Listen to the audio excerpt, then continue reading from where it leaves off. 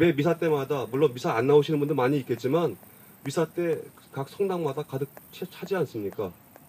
그런데 이렇게 열성이 넘치는 천주교 개신교 신자들이 많은 이 땅에 아주 우리가 모순적인, 이해할 수 없는 일들이 벌어집니다. 그 이해할 수 없는 모순이나 다른 것이 아니라, 나는 다른 사람들을 다 용서해도 저 북한 놈들만은 용서를 못하는 거예요. 또는 내가 북한 사람들은 용서해도 종북 좌파들은 용서를 못해. 이 땅에서.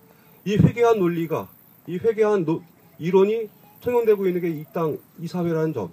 그리고 그 말들을 아주 대놓고 그리스도인들이 자랑스럽게 이런 얘기를 하고 있다는 것은 관용과 용서, 그리고 원수마저도 사랑하라고 하는 예수님 가르침을 분명히 귀담아 듣고 있으면서도 예수님 면전에 침 뱉는 행위와 뭐가 다른가 하는 사실을 우리가 반성해야 한다는 사실이죠. 오늘 복음을 들으면서도 우리가 부끄러운 우리의 태도를 되돌아보지 않는다면 우리는 철저히 자기 기만을 하고 있거나 우리는 자기 도취에 빠져 있는 거짓 삶을 사는 거짓 신앙입니다 하는 사실을 기억하게 됩니다. 여러분 혹시 소식 들어서 아시겠지만 2009년도 1월 20일 있었던 용산 참사를 다룬 새로운 다큐멘터리, 제목은 두 개의 문. 지금 광화문 서울 역사박물관 맞나요? 그 옆에 인디스페이스라고 하는 극장에서 방영을 하고 있고 또 신사동에서도 한다고 하는데, 여러분 꼭 한번 기회 또 시간 내셔서 그 영화를 보셨으면 합니다. 아주 새로운 의미의 다큐멘터리.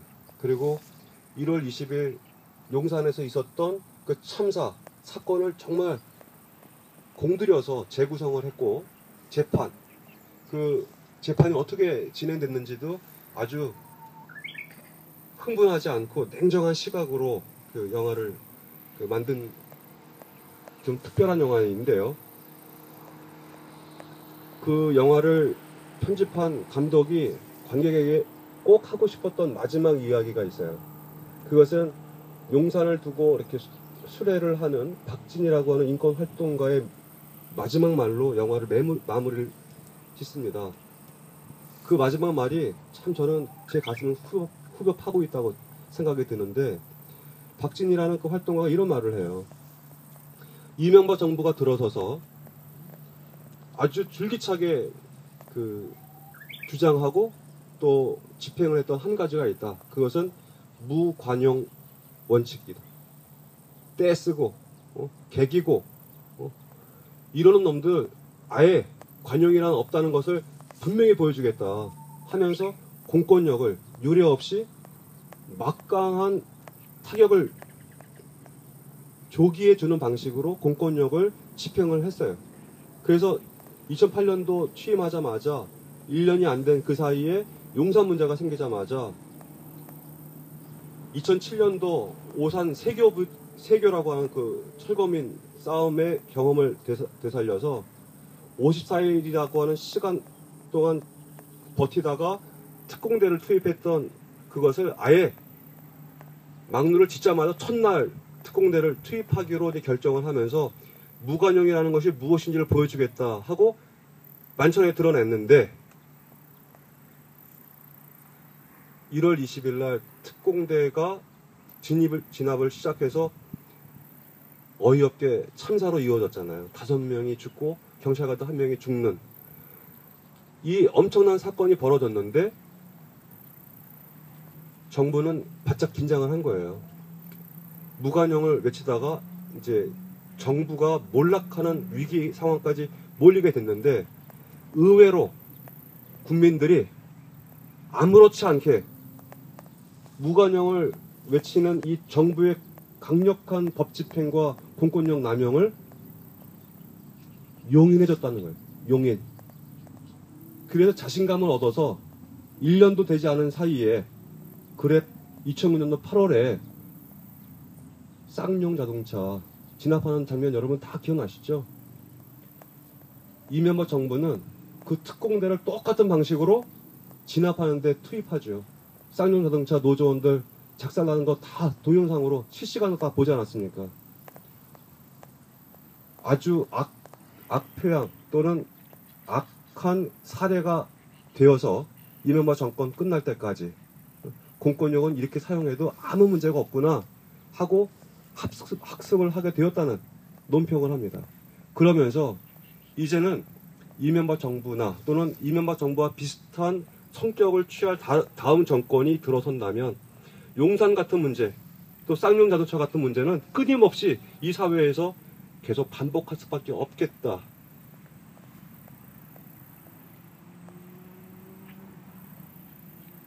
정부는 불관용 원칙을 고수하는데 우리는 이렇게 무법천지인 공권력 남용을 너그럽게 관용 베풀어주는 이런 국민과 이런 사회를 우리가 만들어 놓고 있다.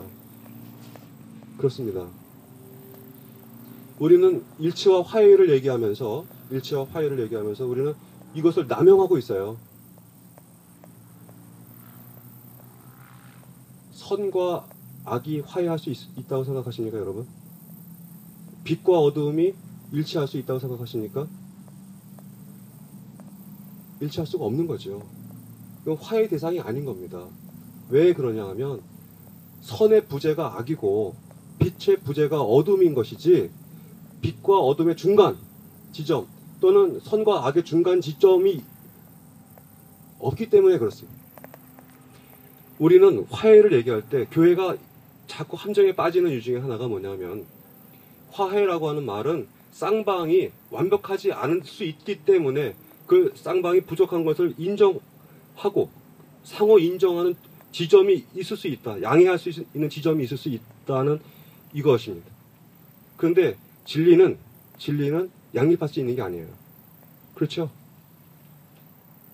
진리는 양립할 수 있는 게 아닙니다. 내가 상대방을 증오하면서 동시에 내가 상대방을 사랑할 수 있다.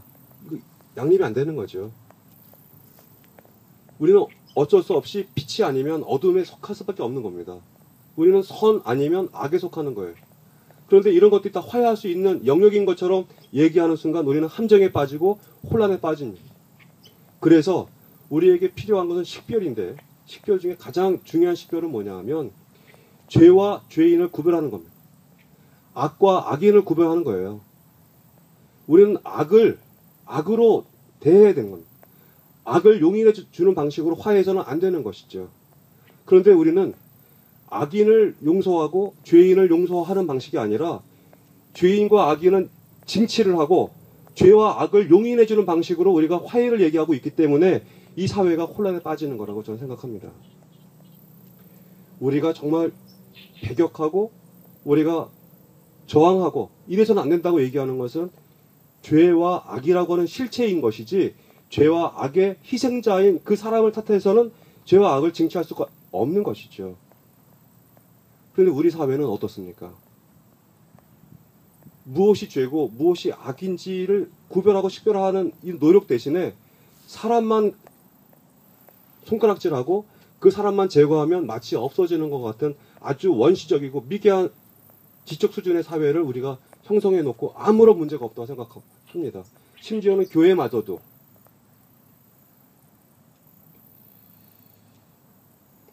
우리는 베드로라고 하는 예수님의 제자가 7번 정도 용서하면 되겠습니까? 하고 묻는 이 정도 수준에도 우리는 미치질 못했어요. 우리 문화는요, 3-4번입니다. 3번 용서해주면 그냥 완벽하게 용서해 준 거예요. 3번 이상 용서할 가치가 없어. 우리는 그런 복음에서 가르치는 가르침보다 우리가 습관적으로 알고 있는 이 관습에 너무 익숙해져 있는 것은 아닌지 생각하게 됩니다.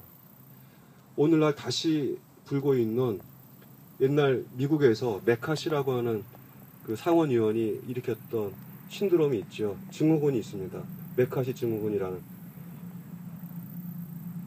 종북 좌파라는 말 한마디로 한 사람의 인생이 다 사라지고 빨갱이라는 말 한마디로 이 사람의 인격이 실종돼 버리는 이 사회. 이거는 상식이 통하는 사회가 아니라 이거는 편견과 야만이 기준이 된 사회인 거죠. 이것은 논리적으로도 오류일 뿐만 아니라 우리 우리가 고백하는 신학적으로도 또 우리 신앙의 자세에서 정반대의 모순의 상황이라는 사실을 기억해야 할 것 같고, 특히 민족의 화해와 일치를 위해서 기도하자고 선언하는 우리 교회는 특히 나를 반대하고 나와 입장이 다르다고 하는 사람조차도 관용으로 끌어안을 수 없다면 우리는 이런 기도의 날 같은 것을 하면 안 됩니다. 입으로는 기도하자고 하고 뒤에서는 정부 좌파라고 이런 얘기를 일삼는 이런 교회는 스스로 자가당착, 자기 분열에 빠져있는 교회라고 우리는 반성해 봐야 되지 않을까 생각합니다. 우리는 우리 밖에 있는 적이 아니라 우리 내면화된 우리 내부의 적, 또 내 사고의 모순적인 내부의 적을 더 깊이 반성하는 그런 계기로 오늘 삼았으면 좋겠습니다. 잠시 성경 말씀 묵상합시다.